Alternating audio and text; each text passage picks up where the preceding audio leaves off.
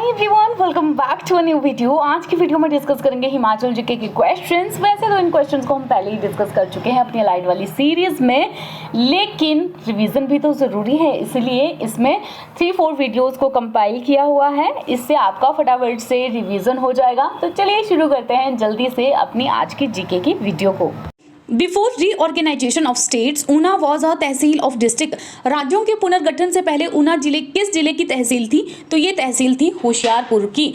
1 नवंबर 1966 तक जो ऊना था हमारा, वो होशियारपुर डिस्ट्रिक्ट का पार्ट था। होशियारपुर डिस्ट्रिक्ट जो पंजाब का एक पार्ट है। जब रीऑर्गेनाइजेशन हुई तो उसके बाद से ऊना हिमाचल प्रदेश का पार्ट बना है 1 नवंबर 1966 के बाद। नेक्स्ट क्वेश्चन हमारा आ जाता है, Saryolsar lake in Kullu is located near which glacier. Saryolsar lake जो है झील कुल्लू में किस ग्लेशियर के पास स्थित है? तो ये जलोड़ी पास यानी कि जलोड़ी दर्रे के पास स्थित है। आप लोगों को पता ही होगा कि ये जो हमारा जलोड़ी पास है ये इनर सराज और आउटर सिराज को कनेक्ट करता है। ठीक है, तो एक क्वेश्चन आपका ये भी बन जाता है यहाँ पे कि जो जलोड़ी पास है वो किन दो जगहों को कनेक्ट करता है? तो ये कुल्लू में स्थित है और ये इनर सराज और आउटर सिराज वैली को कनेक्ट करता है जलोड़ी पास। अब देखिए, ये जो सरयोलसर लेक है हमारी, ये हाई एल्टीट्यूड लेक है सराज वैली में, और ये लगभग अगर हम बात करें मीटर्स में तो 3100 मीटर्स है और 10,171 फीट की मीन सी लेवल से लोकेटेड है। और इसके सराउंडिंग में बहुत ही ज़्यादा थिक फॉरेस्ट है, घने जंगलों से ये घिरी हुई है Saryolsar lake. Next question, Thakur Jagdev research centre is located eight. Thakur Jagdev अनुसंधान केंद्र कहाँ पर स्थित है? तो ये नेरी में स्थित है, हमीरपुर में। Name the place where amusement park is located at highest altitude in Asia. Asia में सब हाईएस्ट एल्टीट्यूड पर कौन सा मनोरंजन का पार्क स्थित है? कहाँ पर स्थित है ये? तो ये कुफरी में स्थित है। कहाँ पर है ये? कुफरी में एक नागसंस अम्यूजमेंट पार्क है। ठीक है, Nagsons amusement park hip hip hurray इसका नाम है। ये हाईएस्ट एल्टीट्यूड पर लोकेटेड है और इस कितना एल्टीट्यूड पर लोकेटेड है? ये लगभग 8500 फीट पे एशिया में हाईएस्ट एल्टीट्यूड पर लोकेटेड है। Next, what is the altitude of Solan town from mean sea level. अब देखो, पता नहीं इसका सोलन टाउन का जो मेन सी लेवल से एल्टीट्यूड बताया वो 3 किताबों में अलग अलग बताया। एक में 1450 मीटर बताया, एक में 1350 मीटर बताया, एक में 1467 मीटर बताया। थोड़ा थोड़ा ही डिफरेंस है। आपको जो ऑप्शन में जिस तरह का नियर बाई वैल्यूज आती है वो टिक कर देना अगर आएगा इनकेस तो। What is Shaunkni da Kot. शौंकनी द कोट क्या जगह है? तो शौंकनी द कोट एक विलेज है डिस्ट्रिक्ट कांगड़ा में। डिस्ट्रिक्ट कांगड़ा में एक गांव का नाम है Shaunkni da Kot. Famous Lunu ground is located in. Famous Lunu ground जो है वो कहां पर स्थित है? तो ये आपका बिलासपुर में स्थित है। लुहनू ग्राउंड आपका बेसिकली ये क्या है? एक ये क्रिकेट ग्राउंड है। ठीक है, अब क्रिकेट ग्राउंड है तो थोड़े से नोटेबल से वो होते हैं, मैचेस होते हैं कि किस किस के बीच में कब कब हुए। तो फर्स्ट जो रिकॉर्डेड मैच था यहाँ पर वो कब हुआ था? 1999 में हुआ था। 1999 में किस किस के बीच हुआ था? ये हुआ था हिमाचल प्रदेश के बीच में और जम्मू और कश्मीर के बीच में अंडर 16 का मैच यहाँ पर हुआ था। ठीक है, फिर इसके बाद यहाँ पर फर्स्ट क्लास मैच 2001 में हुआ था। ठीक है, फर्स्ट जो क्लास मैच है इसमें वो हुआ था आपके 2001 में। किस किस के बीच में हुआ था? तो ये रणजी ट्रॉफी में हिमाचल प्रदेश जब खेला था दिल्ली के साथ, HP एंड दिल्ली। ठीक है, एक और ग्राउंड है वहां पर जिसका नाम है संधू ग्राउंड। ठीक है, एक लूहनू ग्राउंड, एक संधू ग्राउंड, दोनों ही बिलासपुर में है। संधू ग्राउंड भी है। When was Pong dam declared as Ramsar site. Pong बांध को रामसर स्थल कब घोषित किया गया था? तो ये आपका घोषित किया गया है 2002 में। और बना कब था? 1975 में आपका जो पोंग डैम है वो बना हुआ था। तो एस्टेब्लिश हुआ था ये 1975 में। किस रिवर के किनारे ये स्थित है? तो ये रिवर है आपकी ब्यास। किनारे नहीं, बिल्ड अक्रॉस। ठीक है, ब्यास नदी के ऊपर बना हुआ है, किनारे पे नहीं है, ब्यास नदी के ऊपर ये बना हुआ है। इसको हम लोग पोंग रिजर्वायर भी कहते हैं, पोंग रिजर्वायर कहते हैं, या फिर इसका एक और नाम है महाराणा प्रताप सागर। ठीक है, आप सब लोगों ने सुना ही होगा, बड़ा कॉमन सा हो गया है पोंग झील का ये नाम। ठीक, अब इसके साथ ही ये जो पूरा का पूरा रिजर्वायर है इसको वाइल्ड लाइफ सेंचुरी कब बोला गया था? ये इंपॉर्टेंट फैक्ट है क्योंकि ये जो क्वेश्चंस हैं वो इस तरह से पूछे भी जाते हैं अलग अलग तरह के एग्जाम्स में। 1983 में इसको वाइल्ड लाइफ सेंचुरी बोला गया था। ठीक है, यानी कि वन्य जीव अभ्यारण्य घोषित किया था 1983 में। फिर इसके बाद इसको वेटलैंड ऑफ नेशनल इंपॉर्टेंस यानी कि राष्ट्रीय महत्व की आर्द्र भूमि घोषित किया गया था 1994 में। ठीक, क्या, राष्ट्रीय महत्व की आर्द्रभूमि, वेटलैंड ऑफ नेशनल इंपॉर्टेंस। 2002 में इसे डिक्लेयर किया था रामसर साइट, ये तो हम लोगों ने अभी डिस्कस कर लिया। आप लोगों को पता ही है कि जो पौंग डैम है यहाँ पर बहुत तरह की जो माइग्रेटरी बर्ड्स हैं हर साल आते रहते हैं, और साल दर साल जो माइग्रेटरी बर्ड्स हैं इनकी पॉपुलेशन भी इंक्रीज हो रही है, साथ में ही इनकी जो वैरायटी है वो भी इंक्रीज हो रही है, यानी कि अलग अलग स्पीशीज़ के यहाँ पर जो बर्ड्स हैं वो आते रहते हैं। अब आप मुझे कमेंट सेक्शन में एक चीज़ बताओगे कि पौंग डैम में इस साल में जितने भी माइग्रेटरी बर्ड्स आए थे उनमें से कौन सा ऐसा माइग्रेटरी बर्ड है जो फर्स्ट टाइम स्पॉट किया गया था पौंग झील में, ये आप मुझे बताओगे, क्योंकि जब हमने करंट अफेयर डिस्कस किए थे तो ये हमने डिस्कस किया था वहां पर। Next question, where is Kamla Nehru park located in Himachal. Kamla Nehru park कहां पर लोकेटेड है हिमाचल प्रदेश में, डलहौजी में लोकेटेड है, चंबा डिस्ट्रिक्ट में, डलहौजी में चंबा डिस्ट्रिक्ट में। मिनी स्विट्जरलैंड कहा जाता है इस वाले पार्ट को हिमाचल प्रदेश के। National mushroom research centre is located eight which place. राष्ट्रीय मशरूम अनुसंधान केंद्र कहां पर स्थित है, तो ये आपका स्थित है चंबा घाट में। Markanda Ghat flows in the district. Markanda Ghat जो है वो किस डिस्ट्रिक्ट में बहती है, तो ये आपके बहती है सिरमौर डिस्ट्रिक्ट में। छोटी सी नदी है जो सिरमौर डिस्ट्रिक्ट में बहती है, ठीक। Famous Mohan park is located eight which place. Famous Mohan park कहां पर लोकेटेड है, तो ये वाकना घाट में लोकेटेड है। वाकना घाट कहां पर है आपका, ये सोलन में लोकेटेड है Mohan park. The renowned Nirath temple is located on the bank of which river. बहुत ही प्रसिद्ध नीरथ मंदिर किस नदी के तट पर स्थित है, तो ये आपके स्थित है सतलुज नदी के किनारे। कहां पर है ये, रामपुर बुशहर में है। शिमला डिस्ट्रिक्ट के रामपुर बुशहर में सतलुज नदी के किनारे नीरथ मंदिर है। Who prepared the draft of Ranjit Sagar dam way back in 1912। 1912 में रंजीत सागर बांध का मसौदा जो है किसने तैयार किया था, तो ये आपका तैयार किया था ब्रिटिश इंजीनियर विली ने। ये किसके ऊपर है, तो ये जो आपका रंजीत सागर डैम है ये रावी नदी के ऊपर बना हुआ है, और एक बड़ा सा हाइड्रो इलेक्ट्रिक पावर प्रोजेक्ट्स हैं जिसमें कि 3 स्टेट्स हैं, पंजाब, हिमाचल और जम्मू कश्मीर, ठीक। 87 स्क्वायर किलोमीटर के एरिया में ये फैला हुआ है, और इसको हम थीन डैम प्रोजेक्ट भी कहते हैं। थीन बांध परियोजना, ये याद रख लेना यहाँ पे, थीन बांध परियोजना रंजीत सागर डैम, ठीक। Gohar development block is located in the district. Gohar developmental block जो है किस डिस्ट्रिक्ट में लोकेटेड है, तो ये मंडी डिस्ट्रिक्ट में लोकेटेड है। अच्छा, अब एक यहाँ से बड़ा कॉमन सा क्वेश्चन मैं आप लोगों को पूछ लेती हूँ कि गोहोर जो ये जगह है वहाँ पे एक सेलिब्रिटी है, फिल्मी सेलिब्रिटी है, उनका नाम क्या है, जानी मानी सेलिब्रिटी है, उनका नाम क्या है। Famous Daulat Singh park is located eight. प्रसिद्ध दौलत सिंह पार्क कहाँ पर लोकेटेड है, तो ये आपका शिमला में लोकेटेड है दौलत सिंह पार्क। जवाहर पार्क जू is located eight. Jawahar park चिड़ियाघर कहां पर स्थित है, तो ये आपका स्थित है सोलन में। भट्टा कुफर क्या है, भट्टा कुफर डिस्ट्रिक्ट शिमला में एक जगह है जिसका नाम है Bhatta Kufar. Churu and Churi are mixed breed of. Churu और चूरी ये किस चीज की ब्रीड है, तो जो चूरू ब्रीड है वो पहाड़ी गाय की है, और चूरी जो ब्रीड है वो आपकी याक की है, ठीक है, याद रख लेना। चूरू ब्रीड किसकी है, गाय की है, और चूरी जो है वो याक की है। बांधल valley is in which district. बांधल घाटी कहां पर स्थित है, बांधल घाटी है आपकी चंबा में स्थित है। Through which pass we can make entry to the Dodra Kwar tribal valley.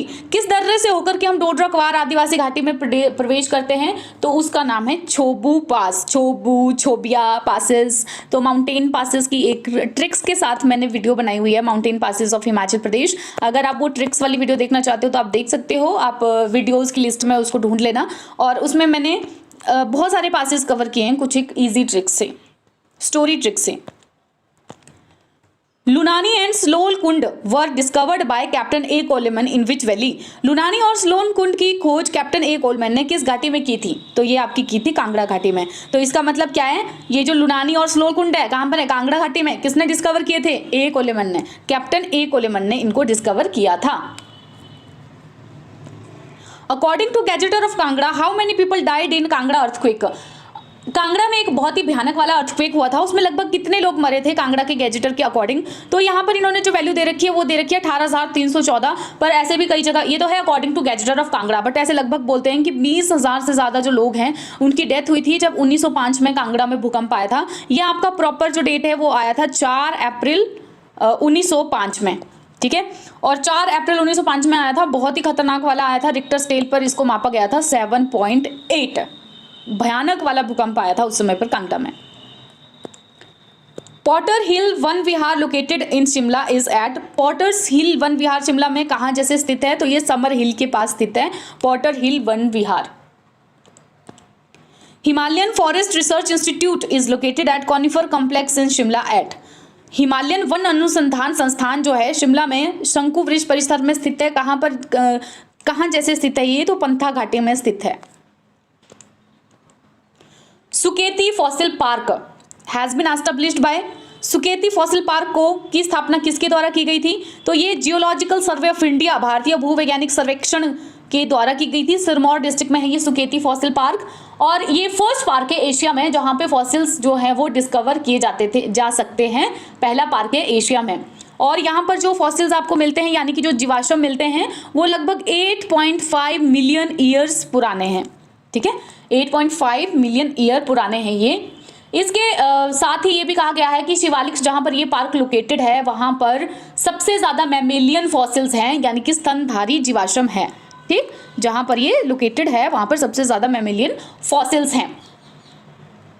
अब आप लोग बोलोगे कि ये फॉसिल जो होते हैं इससे हम लोगों को क्या हेल्प मिलती है, इससे हम लोगों को प्रागैतिहासिक युग को, यानी कि जो प्री हिस्टोरिक ईरा है उसको समझने में मदद मिलती है, और इसके साथ साथ ही जो इवोल्यूशन है उसको भी समझने में हम लोगों को मदद मिलती है, खास करके जो जीवाश्म विज्ञानी होते हैं उनको मदद मिलती है, पैलेंटोलॉजिस्ट को। Musk deer farm is located at, musk deer farm जो है वो कहाँ पर लोकेटेड है, तो ये आपका लोकेटेड है कुफरी में, नियर शिमला में। मस्क डियर फार्म तो है, लेकिन जैसे ये 70s में ये जो मस्क डियर थे ये वहाँ पे थे भी, उसके बाद ये एक तरह से एंडेंजर्ड बन गए हैं वहाँ पर, ठीक है, इतने ज़्यादा अब नहीं है, 70s में इनकी अच्छी खासी पॉपुलेशन थी वहाँ पर। Shivpuri springs are located at, Shivpuri झरने कहाँ पर हैं, तो ये आपके सिरमौर डिस्ट्रिक्ट में लोकेटेड हैं। Changri Jung hot water spring is located at, Changri Jung गर्म पानी का झरना कहाँ पर स्थित है, तो ये आपका किन्नौर में स्थित है। आई थिंक लगभग 46.5 डिग्री सेल्सियस इतना इसका वो है तापमान है पानी का यहाँ पर। और अभी क्योंकि हम लोग झरनों की बात कर ही रहे हैं ना, तो कुछ एक और झरने और भी डिस्कस कर लेते हैं, बिकॉज झरनों से 2-3 क्वेश्चन यहाँ पर आ रखे हैं, तो कुछ एक जो क्वेश्चन है उनको देख लेते हैं जो झरनों से ही है यहाँ पर आपके, मतलब झरने हैं जो, जैसे कि तत्वानी झरना जो है कहाँ पर है, ये कांगड़ा में डिस्ट्रिक्ट, कांगड़ा में है ये, छोटा सा गर्म पानी का कुंड है जो गाँव के मंदिर के सीमाओं के भीतर छुपा हुआ है, ठीक है, तत्वानी। एक तत्ता पानी है, तत्ता पानी आपके मंडी डिस्ट्रिक्ट में, दोनों में कंफ्यूजन मत करना, एक तत्वानी है और दूसरा आपका तत्ता पानी है। एक और आ गया कलथ हॉट वाटर स्प्रिंग, कलथ जो गर्म पानी का झरना है वो कुल्लू में है, ब्यास नदी के किनारे पर है। जाओनी हॉट वाटर स्प्रिंग, जाओनी गर्म पानी का झरना, ये सोलन डिस्ट्रिक्ट में है। वशिष्ठ स्प्रिंग जो आपका है वो कुल्लू डिस्ट्रिक्ट में स्थित है। और इसमें 2 और रह जाते हैं, जैसे कि एक खीरगंगा हो गया, खीरगंगा भी कुल्लू में है आपके, कसोल भी आपका कुल्लू में है। Parthenium weed prevalent in lower and middle hills of Himachal Pradesh is popularly called as, parthenium खरपतवार जो निचली और मध्य पहाड़ियों में स्थित है हिमाचल प्रदेश के, उसको हम लोकली क्या बोलते हैं, पॉपुलरली उसको हम लोग बोलते हैं कांग्रेस ग्रास, ठीक है, बहुत ज्यादा होती है कांग्रेस ग्रास, आप इसे अपने आसपास भी देख सकते हो। Where is Apsara Kund located, Apsara Kund कहाँ पर है, कांगड़ा डिस्ट्रिक्ट में लोकेटेड है। अब यहाँ पर थोड़े से हम कुंड भी डिस्कस कर लेते हैं, जैसे कि एक गुरु कुंड है, गुरु कुंड आपका नालागढ़ में है, गुरु कुंड। रुक्मणी कुंड आपका बिलासपुर में है। कालिका कुंड है आपका डिस्ट्रिक्ट चंबा में।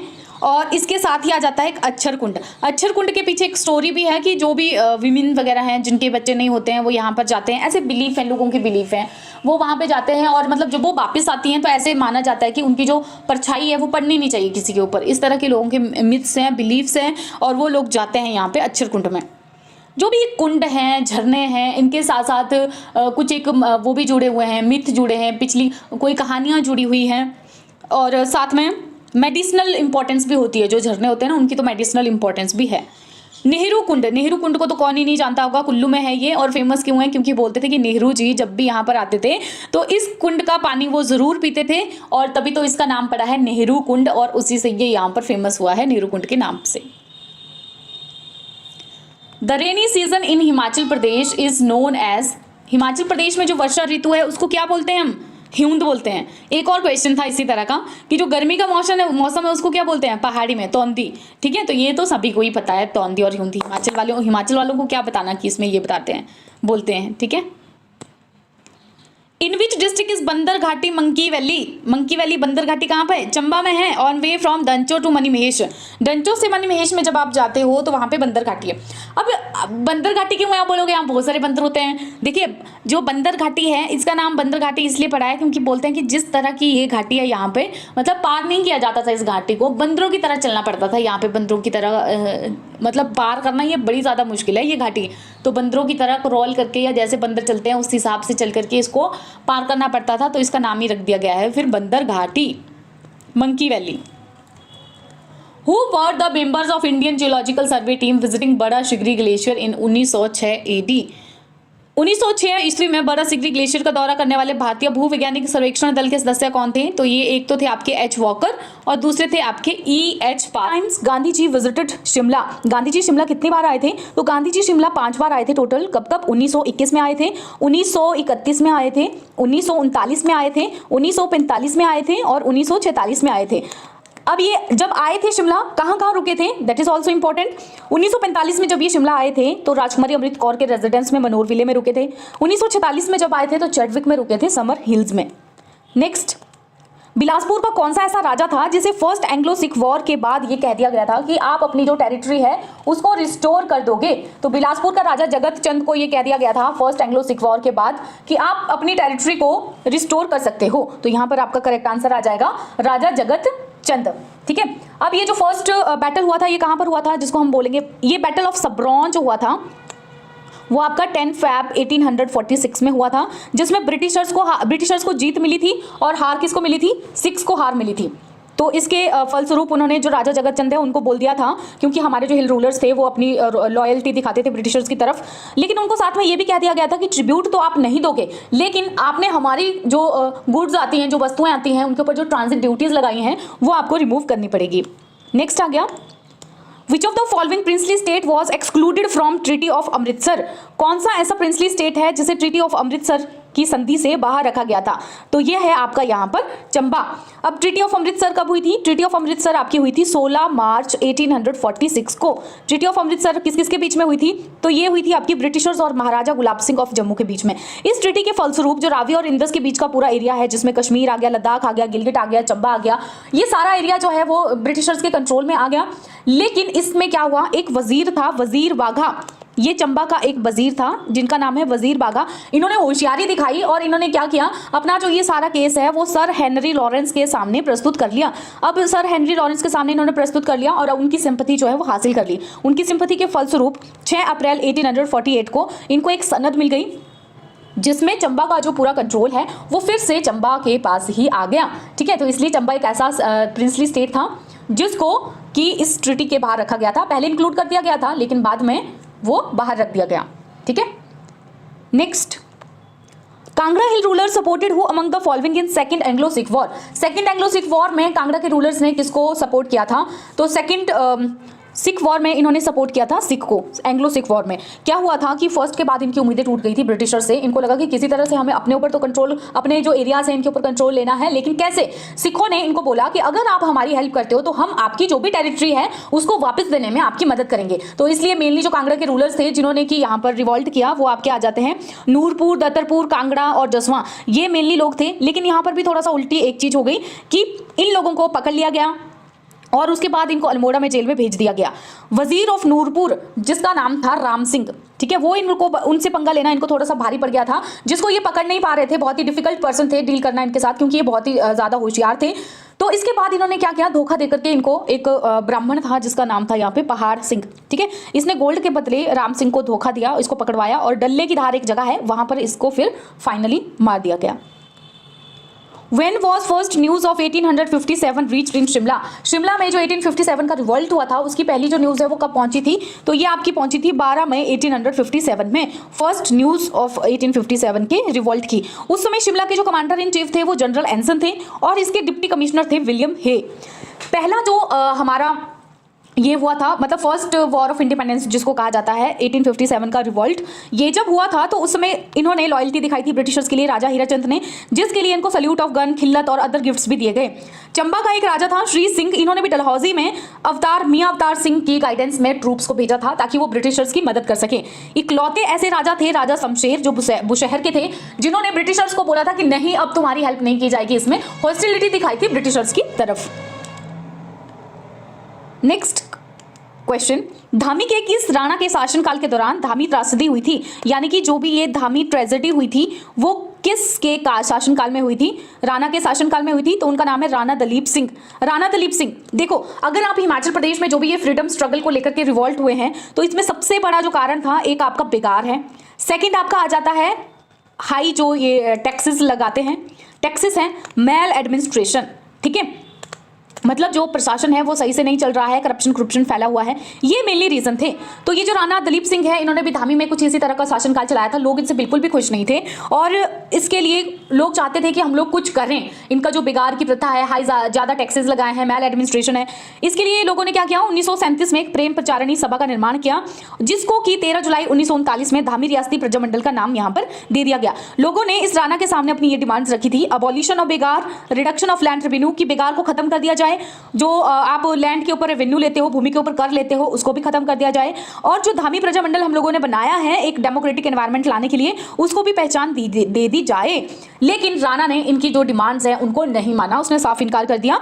तो इसके बाद जुलाई 16, 1939 को 7 मेंबर्स की एक डेलीगेशन है तो धामी की तरफ चले, जिनका हेड था भागमल सौथा, ठीक है। तो ये धामी की तरफ गए, लेकिन कोई ज्यादा फायदा नहीं हुआ। घन्नाहट्टी एक जगह है, वहां पर भागमल सौथा को पकड़ लिया गया और उनको वहां पर मार दिया गया, ठीक है। In which of the following year begar was abolished in Shimla? बेगार को शिमला में कब अबॉलिश कर दिया गया था? तो शिमला में बेगार को अबॉलिश कर दिया गया था आपके 1921 में, 1921 में। बेगार का मतलब आप लोगों को आई थिंक पता ही होगा। बेगार का मतलब होता है कि आपको 1 भी रुपया नहीं देंगे, आपको जस्ट काम करना ही है। अगर आप राजा के बेगारी हो तो आपको राजा के जो भी खेत हैं, खलियान हैं, उन सब में काम करना पड़ेगा, राजा के लिए काम करना पड़ेगा, आप अपनी जमीन का 90% उनको देना पड़ेगा, लेकिन इसके बाद भी आपको उनसे एक्सपेक्ट नहीं कर सकते हो कि आपको कुछ मिलेगा। मतलब जस्ट आपको सेवा करनी है, एक तरह से समर्पित कर देना है पूरी तरह से, खुद को कुछ नहीं मांगना है, ठीक है। तो ये बेगार प्रथा होती है, ठीक है, जिसके बदले में आपको कुछ नहीं मिलेगा। तो इसी तरह की ये जो बेगार की प्रथा है, बुरी तरह से ये बैड सोशल और इकोनॉमिक प्रैक्टिसेस थी। हिमाचल प्रदेश में हिली एरियाज में भी थी ये जो सोशल और इकोनॉमिक प्रैक्टिसेस थी, जिनमें से एक थी ये बेगार। तो इसके खिलाफ एक्शन लिया सत्यानंद स्टोक्स जी ने। कोटगढ़ एरिया के पास उन्होंने प्रोसेशन निकाला कि भाई धरना दे दिया, बेगार प्रथा को खत्म कर दिया जाए, ठीक। 1945 से पहले की अगर हम बात करें तो इस रामपुर स्टेट में प्रजामंडल की एक्टिविटीज जो थी वो इतनी ज्यादा एक्टिव नहीं थी। 1945 के बाद जो प्रजामंडल की एक्टिविटीज हैं वो रामपुर वाले क्षेत्र में देखने के लिए मिली। एक पर्सन इंपॉर्टेंट है यहाँ पे, ठाकुर सेन नेगी, इनका भी काफी ज्यादा कॉन्ट्रीब्यूशन है प्रजामंडल की एक्टिविटीज के लिए, ठीक। फिर एक बार ये जो प्रजामंडल जब बन गया था तो इन्होंने ये डिसाइड किया कि हम लोग जो है वो इलेक्शन कंटेस्ट करेंगे, इलेक्शन जीतेंगे, इलेक्शन को कंटेस्ट करेंगे। जिनके हेड थे इस समय जब इन्होंने ये वाली बात कही थी इलेक्शन वाली, तो प्रजामंडल के जो हेड थे वो सत्यदेव बुशहरी जी थे। इन्होंने इलेक्शन को कंटेस्ट किया और सारी की सारी सीट्स को भी ये जीत गए। फिर इसके बाद 15 अप्रैल 1948 को इस स्टेट को हिमाचल प्रदेश के साथ मर्ज कर दिया, रामपुर बुशहर को। नेक्स्ट आ गया हमारा, किसकी नेतृत्व में सुकेत में प्रजामंडल मजबूत हुआ? तो ये आपके मियां रतन सिंह। सुकेत में लगभग 1876 में भी थोड़ी लोगों ने आवाज उठाना शुरू की थी, लेकिन फिर 2-3 दशकों तक जो सुकेत है वो लगभग चुप ही रहा। लेकिन इसके बाद सुकेत के जो लोग हैं 1945 के बाद लोगों को लगने लगा कि भाई हम लोगों को भी रिस्पॉन्सिबल गवर्नमेंट एक तरह से मिलनी चाहिए, और लोगों ने बोलना शुरू कर दिया कि अगर आप हमें एक रिस्पॉन्सिबल गवर्नमेंट नहीं दोगे तो हम लोग क्या करेंगे, सत्याग्रह को लॉन्च कर देंगे। इस समय उनके प्रेसिडेंट, प्रजामंडल के जो प्रेसिडेंट थे वो मियां रतन सिंह थे। सत्याग्रह को लॉन्च कर देंगे ये धमकी सुनने के बाद जो रूलर है उन्होंने बोला कि ठीक है, आप लोगों को कुछ करने के लिए उन्होंने बोला कि आप राज्यसभा के इलेक्शंस को कंटेस्ट कर लो। लेकिन प्रजामंडल के जो लोग थे उन्होंने इसमें पार्टिसिपेट करने से बिल्कुल ही मना कर दिया। और उसके बाद फरवरी 1948 में एक प्रोविजनल गवर्नमेंट बनी थी हिमालयन प्रांत की, जिसको हम बोलते हैं Himalayan hill state regional council, HHRSC, ठीक है। आगे वाले आने वाले क्वेश्चन में इसके बारे में भी हम लोग पढ़ेंगे। नेक्स्ट आ गया, which of the following princely state was first princely state to enact the panchayati raj act? कौन सी ऐसी रियासत है जिन्होंने पंचायती राज अधिनियम को लागू करने वाली जो पहली रियासत बनी थी? तो ये है आपका यहाँ पर मंडी। नेक्स्ट आ गया हमारा, who was main leader of Mandi conspiracy. Mandi षड्यंत्र का जो मुख्य नेता हुआ था वो कौन था? ये 1914-15 के समय पर हुआ है और मेन जो नेता था उसका शोभाराम था। कहाँ से? सरकाघाट से, ठीक है, सरकाघाट से ये बिलोंग करते थे। क्या हुआ था कि लोग बहुत ज्यादा नाराज थे। जो एक वजीर था जिसका नाम था उपाध्याय जीवानंद, ये वजीर का नाम था। इनके जो बुरी तरह का प्रशासन चलाने का काम था, इसकी वजह से लोग परेशान थे। और फोर्स्ड बिगाड़ थी, मैंने बोला था ना आपको पहले कि बिगाड़ की एक ऐसी चीज है जिसको आप हर तरह के जो स्ट्रगल हुए हैं हिली स्टेट्स में वहां पर देख सकते हो। तो फोर्स्ड बिगाड़ थी जिसकी वजह से लोग बहुत ज्यादा परेशान थे। दूसरा रीजन जो मंडी कॉन्स्पिरेसी का ये भी देखने के लिए मिलता है कि लोग जो है वो गद्दर पार्टी की इन्फ्लुएंस से बहुत ज्यादा इन्फ्लुएंस थे। उस समय गद्दर पार्टी का चल रहा था, तो जो भी लोग कुछ लोग थे जो अमेरिका से वापस आए थे और ये सारी चीजें देख रहे थे कि पंजाब में किस तरह से रेवोल्यूशनरी वर्क हो रहा है, जिसमें मेन जो आप लोगों के आ जाते हैं वो मियां जवाहर सिंह है। एक तो मियां जवाहर सिंह और रानी खैरगढ़ी, आप लोगों ने रानी खैरगढ़ी का नाम भी सुना होगा। तो ये लोग मेन थे। इन लोगों ने क्या किया कि इन सारी एक्टिविटीज को देख करके हिली स्टेट्स में भी उसी तरह का रेवोल्यूशन चलाने की कोशिश की। एक और इंपॉर्टेंट पर्सन यहां पर आ जाते हैं भाई हृदयराम, ये भी मंडी से बिलोंग करते थे। रास बिहारी बोस, इनके साथ मिलकर के इन्होंने भी गद्दर पार्टी के लिए अच्छा काम किया हुआ है, ठीक। When was भूमि बंदोबस्त अभियान started in Bilaspur state? Bilaspur state में भूमि बंदोबस्त अभियान कब शुरू हुआ? तो ये आपका शुरू हुआ था 1930 में। भूमि बंदोबस्त अभियान जब शुरू हुआ था तो इस समय लोगों ने क्या देखा कि ये जो भी लोग थे इस अभियान के स्टाफ जो थे, सेटलमेंट काम वो अच्छे से नहीं कर रहे हैं। जो भी बहादुरपुर परगना के लोग हैं उनके साथ ये जस्टिस नहीं कर रहे हैं। उन्होंने देखा कि कुछ एक जो स्टाफ के मेंबर्स हैं वो वुमेन्स के साथ मोलेस्टेशन जैसी एक्टिविटीज भी कर रहे हैं। लोग इससे नाराज हो गए, तो लोगों ने बोला कि हम तुम्हें किसी भी तरह की ना लकड़ियां देंगे, स्टाफ को तुम्हारी मदद नहीं करेंगे। एक तरह से अगर आप लोग देखे जाओ तो जैसे नॉन कोऑपरेटिव मूवमेंट हुआ था, नॉन कोऑपरेशन मूवमेंट हुआ था, इसी तरह का मूवमेंट ये था यहां पर लोगों के द्वारा चलाया गया भूमि बंदोबस्त अभियान में कि हम आपको चीजों की सप्लाई नहीं करेंगे, ठीक है।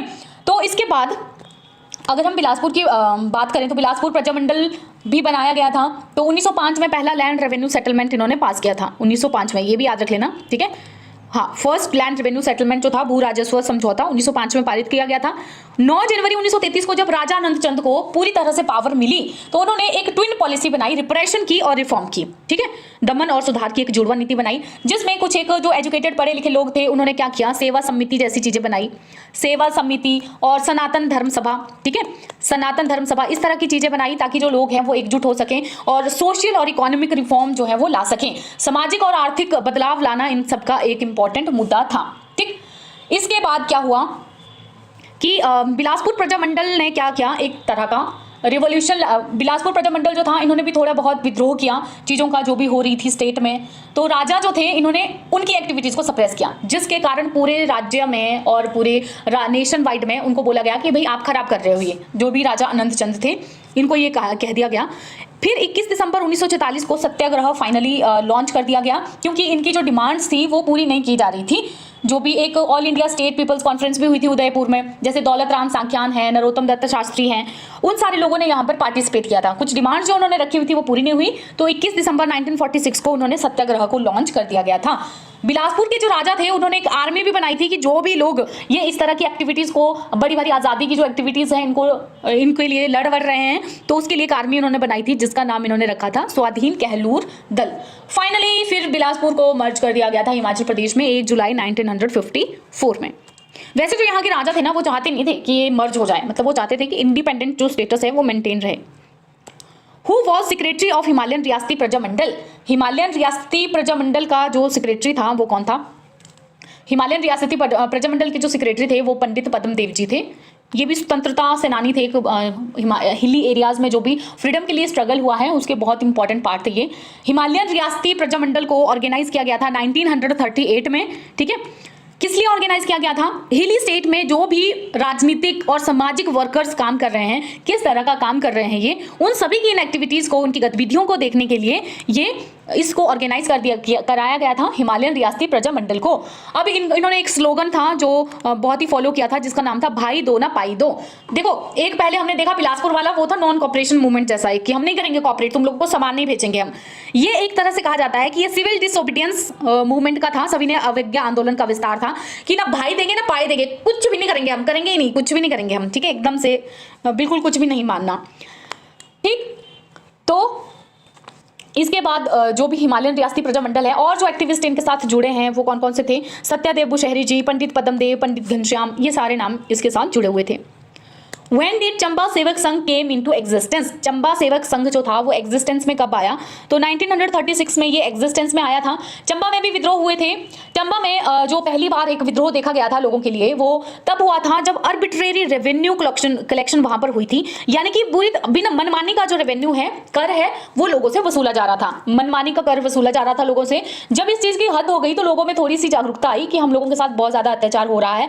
दूसरा, बेगार बिना किसी रुपए के काम करवाना, ये भी लोगों को लग रहा था कि हमारे साथ यहाँ पर अन्याय जैसी चीज कोई हो रही है। ठीक है, तो इसके बाद फिर यहाँ पर कुछ एक और चीजें ऑर्गेनाइजेशंस बनी थी, उनके बारे में देख लो कि जैसे चंबा पीपल डिफेंस लीग बना था 1932 में, जिसका हेडक्वार्टर कहाँ था? लाहौर में।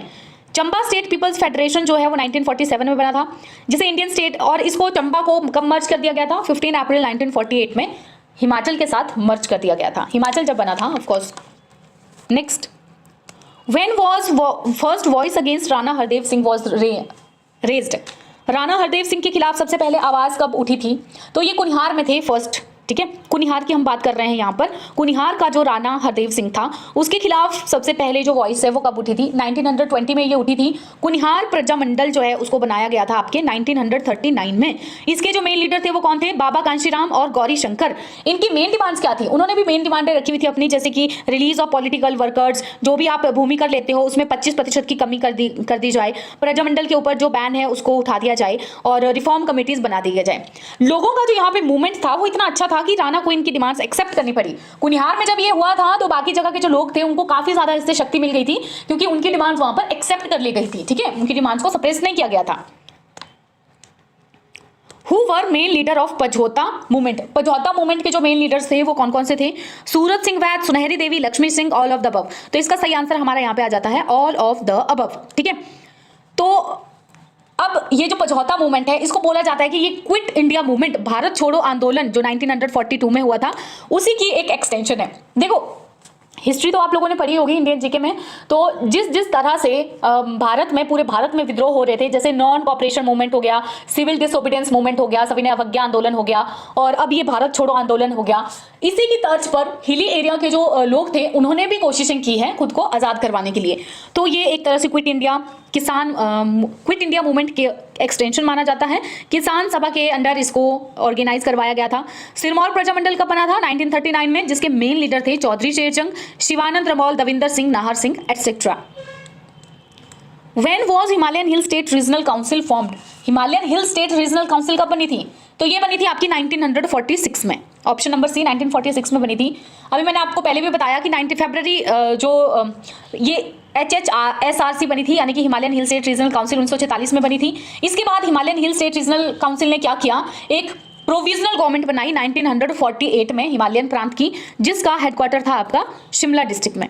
ठीक, उस समय जो इस प्रोविजनल गवर्नमेंट के प्रेसिडेंट थे वो पंडित शिवानंद रमौल थे।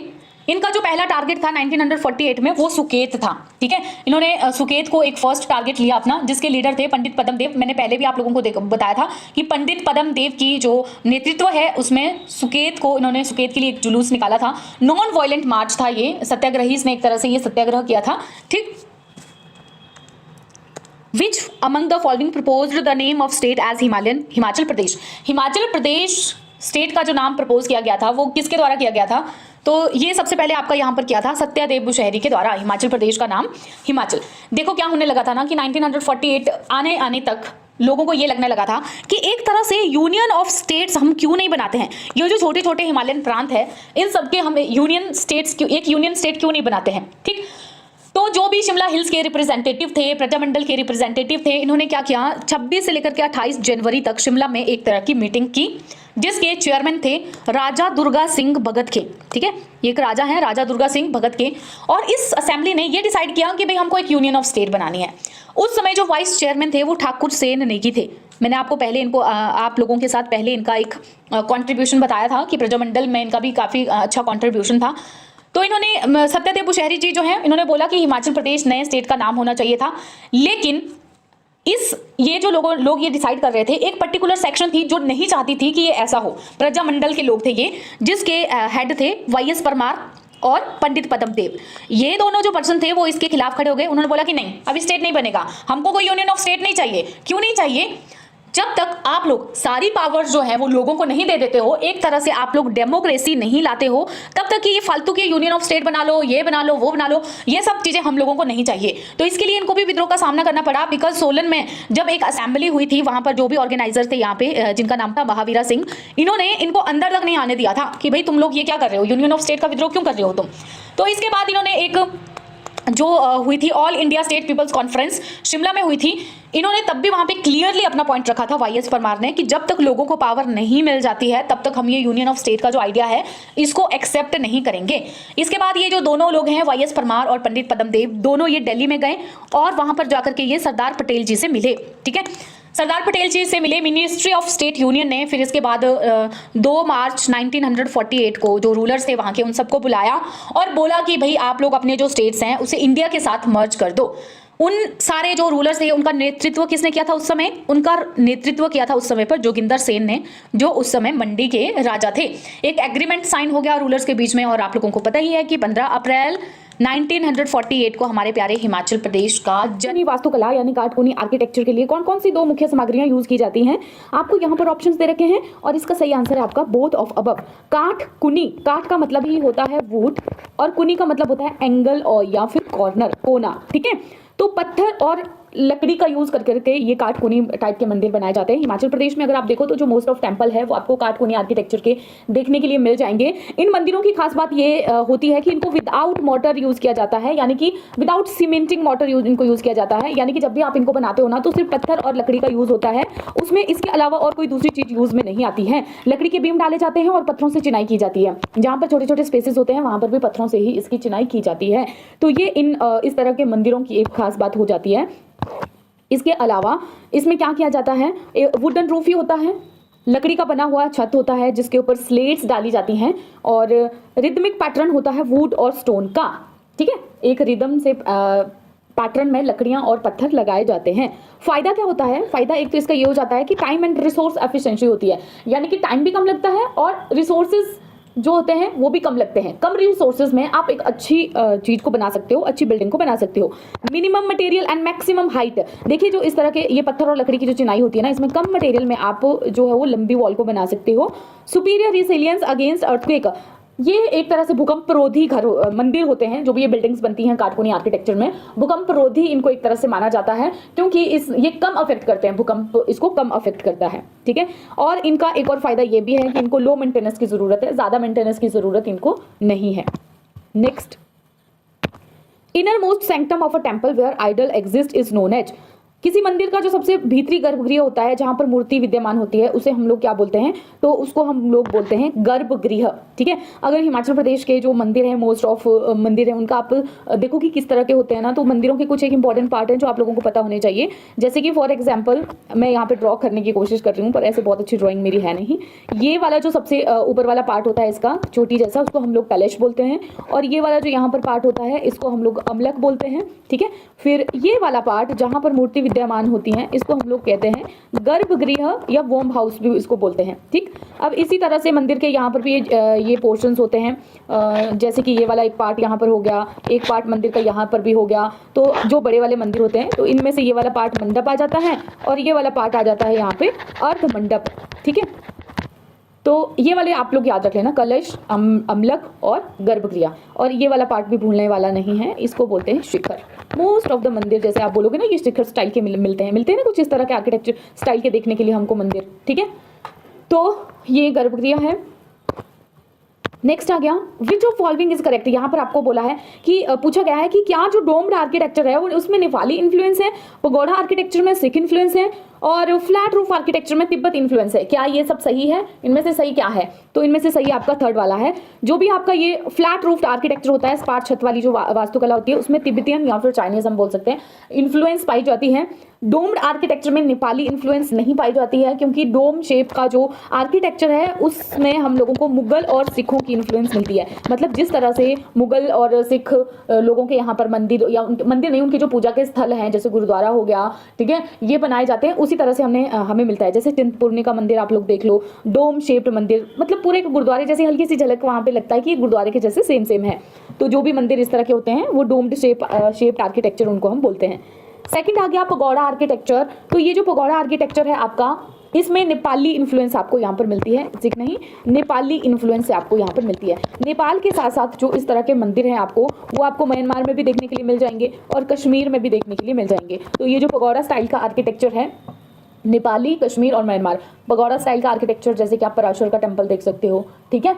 और फ्लैट रूफ आर्किटेक्चर तो मैंने आपको बता ही दिया कि इसमें तिब्बतन इन्फ्लुएंस आप लोगों को देखने के लिए मिल जाती है। On the basis of roof they are following, which of the following temple is shikhar style. ये बोल रहा है कि नीचे जो दिए गए हुए मंदिर हैं उनमें से शिखर स्टाइल के मंदिर कौन कौन से हैं। तो शिखर स्टाइल का मंदिर आप में यहाँ पर है, ये लॉर्ड वैद्यनाथ का टेम्पल, बैजनाथ मंदिर के नाम से इसको हम जानते हैं, बैजनाथ का मंदिर है। आप लोगों को मैंने शायद पहले एक जीके की वीडियो बनाई थी जिसमें मैंने ये टेम्पल्स वगैरह डिस्कस किए थे। तो जो बैजनाथ का मंदिर है ये शिखर स्टाइल का है। मोस्ट इंपॉर्टेंट किसने बनाया था, ये आहूका और मनुका, ये दो भाई थे, मर्चेंट्स थे, ये दोनों भाई थे और इन्होंने ये 12th सेंचुरी में बनाया था मंदिर, ठीक है। बैजनाथ एक ऐसा टाउन है जहां पर दशहरा सेलिब्रेट नहीं किया जाता है। ये चीज़ भी याद रख लेना, इस तरह से क्वेश्चन पूछा जाता है कि हिमाचल प्रदेश में कौन सा ऐसा टाउन है जहां पर दशहरा नहीं मनाया जाता है, तो वो टाउन आपका बैजनाथ है। क्यों नहीं मनाया जाता है, क्योंकि ऐसा बोला। और यहाँ पर एक और भी चीज़ है कि कोई भी गोल्ड स्मिथ की दुकान आपको यहाँ पर नहीं मिलेगी, यानी कि कोई भी सुनार की दुकान आपको यहाँ पर नहीं मिलेगी। जब दशहरा नहीं मनाते हैं तो सुनार की दुकान भी नहीं है यहाँ पर, ठीक है। और क्योंकि ऐसा माना जाता है कि यहाँ पर जो ये शिवजी है ना, शिवजी जी की जो मूर्ति है यहाँ पर द्वादश ज्योतिर्लिंग में से एक ये मानी जाती है कि जो भी द्वादश ज्योतिर्लिंग है उनमें से एक है। और रावण का योगदान माना जाता है कि रावण का योगदान है इसमें, इस मूर्ति को यहाँ लाने में। क्या हुआ था कि रावण इसको लेके जा रहा था अपनी श्रीलंका में और रास्ते में नेचर की कॉल आ गई रावण को। यहाँ जैसे उसने एक गडरिये को देखा, शेपर्ड को देखा, हाँ शेपर्ड को ही गडरिया बोलते हैं ना, शेपर्ड को देखा जो भेड़ चराने वाला होता है, उनको देखा और उनको बोला कि आप मेरी इस शिवलिंग को थोड़ी देर के लिए पकड़ लो और मैं अभी नेचर की कॉल अटेंड करके आया। तो उतने में उन्होंने शिवलिंग पकड़ा था लेकिन उनके हाथ से छूट गया और यहीं पर स्थापित हो गया। तो बोलते हैं द्वादश ज्योतिर्लिंग में से एक जो शिवजी के शिवलिंग है वो यहाँ पर स्थापित है। तो इसलिए वहाँ के लोग जो है मनाते नहीं दशहरा। ऐसा बोला भी जाता है कि एक बार दशहरा मनाया भी था लोगों ने, मतलब मान्यता नहीं, मिथ स्टोरीज जो होती हैं उनमें से ये एक है कि एक बार लोगों ने मनाया भी था और जिस समूह ने ये मनाया था ना, उनकी विद इन 1 ईयर में सबकी डेथ हो गई थी। तो काइंड ऑफ इसलिए लोग बैजनाथ में दशहरा को सेलिब्रेट नहीं करते हैं, ठीक है। तो लॉर्ड वैद्यनाथ के टेम्पल हो गया शिखर स्टाइल का। अब ये जो बिजली महादेव है आपका, लक्षणा देवी का मंदिर है, शक्ति देवी का मंदिर है, ये आपके पैंट रूफ में आते हैं, ठीक। इनका जो आर्किटेक्चर है ये भी याद रख लेना, ये पैंट रूफ में है। नेक्स्ट आ गया, अच्छा शिखर स्टाइल का एक और एग्जांपल शायद मैंने यहाँ पर ऐड किया है। एक तो स्टोन टेम्पल एट बजौरा, ये भी शिखर स्टाइल का है। मसरूर का मंदिर अर्लीस्ट स्पेसिमेन है शिखर स्टाइल का। मसरूर के मंदिर को एलोरा भी कहा जाता है, ठीक है। जैसे अजंता एलोरा बोलते हैं ना हम इनको, एलोरा ऑफ हिमालयाज इसको कहा जाता है। अभी एक न्यूज़पेपर में बोला था कि इसी को ही अजंता एलोरा बोलते हैं, कुछ भी बोलते हैं, कई जगह पर हिमाचल जीके में बड़ी सारा कुछ मिक्स कर दिया होता है। तो अजंता वैसे नॉर्मली ताबो को बोलते हैं, ताबो मोनेस्ट्री को, और एलोरा इसको बोलते हैं मसरूर टेम्पल को। आर्किटेक्चर ऑफ त्रियुगी नारायण मंदिर एट दयार इज, पहले तो ये भी देख लो कि त्रियुगी नारायण मंदिर कहाँ पर है, दयार में है। दयार कहाँ पर है, कुल्लू में है। तो इसका आर्किटेक्चर कैसा है, इसका आर्किटेक्चर है आपका पगोड़ा स्टाइल का, ठीक है। अब पगोड़ा स्टाइल के जो मंदिर है ना वो किस तरह से होते हैं, अब देखना जनरली जो पगोड़ा स्टाइल के मंदिर होते हैं ना वो मल्टी स्टोरी मंदिर होते हैं, एक के ऊपर एक ऐसी छत इनमें बनी रहती है, जो भी ये पगोड़ा स्टाइल के मंदिर होते हैं। और इनमें स्लैंट काफ़ी ज़्यादा होता है, जो स्लैंट है ना वो काफ़ी ज़्यादा होता है इनमें पगोड़ा स्टाइल में। जबकि अगर आप ये पैंट रूफ वाले देखोगे मंदिर, तो ये पैंट रूफ वाले जो मंदिर होते हैं वो भी स्लैंटिंग छत वाले होते हैं, लेकिन इनमें जो स्लैंट होता है ना वो थोड़ा सा कम होता है। स्लेट्स का ऐसे बना हुआ स्लैंट कम होता है इनमें, और एक इनमें बरामदा भी यहाँ पर बना होता है, ठीक है, बरामदा यहाँ पर बना होता है। अच्छा, तो क्या त्रियुगी नारायण मंदिर का था। और भी एग्जाम्पल है पगोड़ा स्टाइल के कौन कौन से हैं, पराशर टेम्पल जो मंडी में है, हिडिंबा देवी का मंदिर जो मनाली में है, डुंगरी देवी का मंदिर भी इसको बोलते हैं, डुंगरी माता, ठीक है। त्रिपुरा सुंदरी नगर में जो कुल्लू में है, आदि ब्रह्मा टेम्पल एट खोखन, ये भी आपका कुल्लू में है। अब ये देखो ये जो जगहों के नाम है ना ये भी याद रख लेना, बिकॉज कई जगह डायरेक्ट जगह भी पूछ ली जाती है। Mannu temple at Sanshar Kullu, Maheshwar temple at Shungra Kinnaur, और छगोन टेम्पल एट किन्नौर, ये सब पगोड़ा स्टाइल के हैं, ठीक है। Architecture of Chintpurni temple in Una is, Chintpurni मंदिर जो ऊना का है वो कैसा है, अभी मैंने आपको बताया डोम शेप्ड है ये। और इसके साथ साथ ही आपके और कांगड़ा के मंदिर भी हैं, जैसे बज्रेश्वरी टेम्पल हो गया, ज्वालामुखी टेम्पल हो गया, नैना देवी बिलासपुर में, ये सारे भी डोम शेप्ड हैं। तो इनमें डायरेक्ट हमको ये पता चल जाता है देख करके कि इनमें मुगल और सिख इन्फ्लुएंस है, क्योंकि उनके जो गुरुद्वारे हैं, जो भी उनके पूजा स्थल हैं मुगल और सिख के, उनसे काफ़ी ज़्यादा रिजेंबल करती हैं ये हमारी buildings. Architecture of Narbadeshwar temple at Sujanpur Tira. Sujanpur Tira में नारबदेश्वर मंदिर है, उसका आर्किटेक्चर कैसा है, तो ये आपका आ गया फ्लैट रूफ स्टाइल में। ठीक है, फ्लैट रूफ स्टाइल में क्या होगा कि फ्लैट रूफ होगा, मतलब इस तरह से जो छत होगी वो आपकी प्लेन होगी। ठीक है, नॉर्मल जो घरों जैसा काइंड ऑफ, तो फ्लैट रूफ स्टाइल है ये। और भी इसके एग्जाम्पल आगे, जैसे राम गोपाल टेम्पल एट दमताल कांगड़ा, तो कभी इसका भी पूछ लिया जा सकता है कि राम गोपाल टेम्पल जो है वो कहाँ पर है, दमताल कांगड़ा में है, कैसा आर्किटेक्चर है इसका, फ्लैट रूफ स्टाइल। एग्जाम में ना ये आर्किटेक्चर के क्वेश्चंस आते ही हैं, जो टेम्पल्स वगैरह हैं कि किसका आर्किटेक्चर कैसा है। 2-3 चीजें जो इंपॉर्टेंट इसमें होती हैं कि किसका आर्किटेक्चर कैसा है, इनका किस सेंचुरी में कब ये बनाए गए थे, या फिर किसने ये बनाए, किसके द्वारा ये बनाए गए थे। ठीक है, कहाँ पर है ये। Which of the following style is considered as blend of pent roof and pagoda style.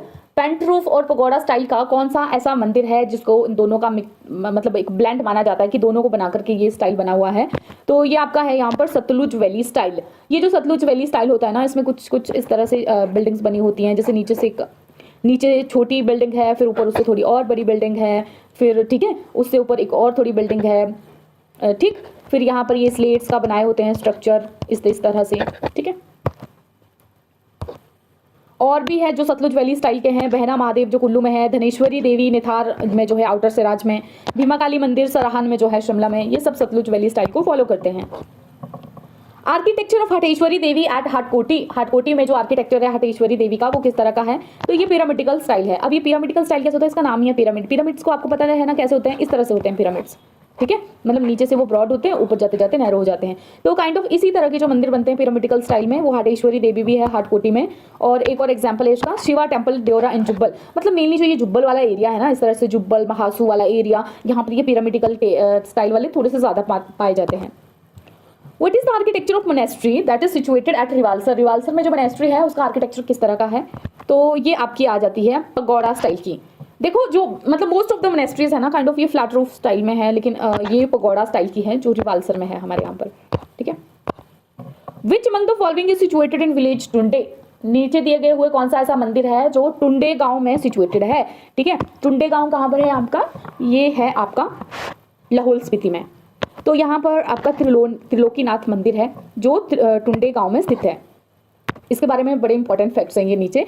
ये त्रिलोकीनाथ मंदिर जो है हमारा वो कश्मीरी कनौज आर्ट को भी बताता है हमें, जो कि राजा ललितादित्य के समय पर, कश्मीर के जो राजा ललितादित्य थे 725 से 756 AD में, उनके समय पर जो बहुत ज्यादा फला फूला था उसका प्रतिनिधित्व भी करता है ये कश्मीरी कनौज आर्ट का।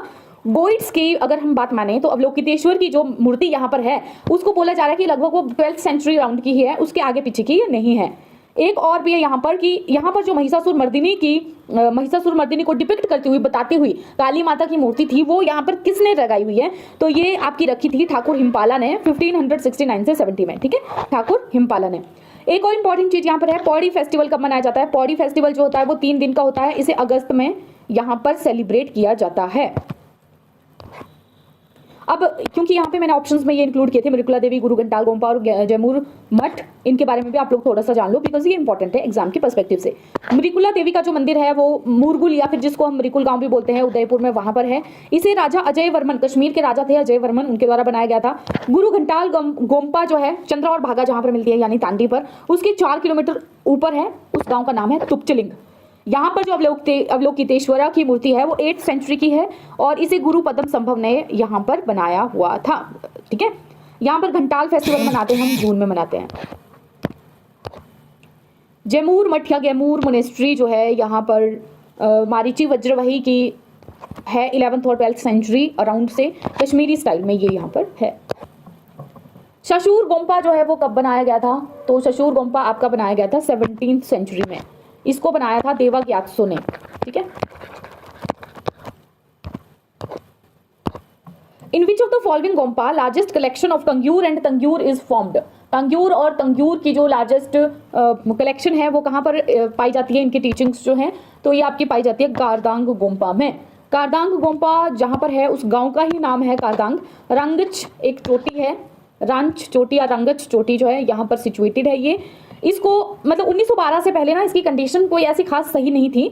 लामा नोरबू थे एक खारदांग गांव के, उन्होंने उसको रेनोवेट किया है, इसका जीर्णोद्धार किया हुआ है। Which of following monastery is known as Ajanta of Himalayas, तो ये है आपकी ताबो मोनेस्ट्री। ताबो मोनेस्ट्री को अजंता कहा जाता है हिमालयाज का।